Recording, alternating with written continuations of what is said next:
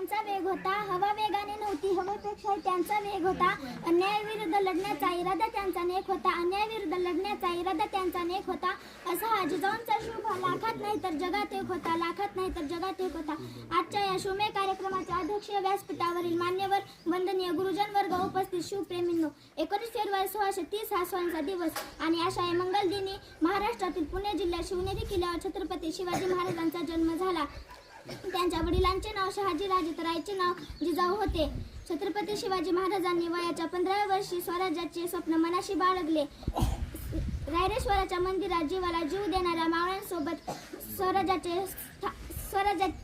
स्वराज्य स्थापन करण्याची शपथ त्यांनी घेतली. स्वराज्याची निर्मिती काही सोपी गोष्ट नव्हती.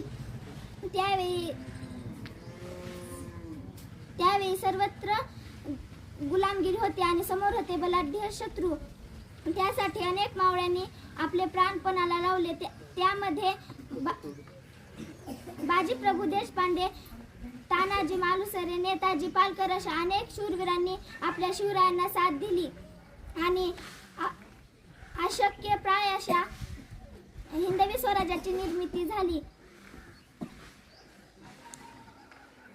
6 जून 1674 रोजी छत्रपती शिवाजी महाराजांचा राज्याभिषेक करण्यात आला. धन्यवाद.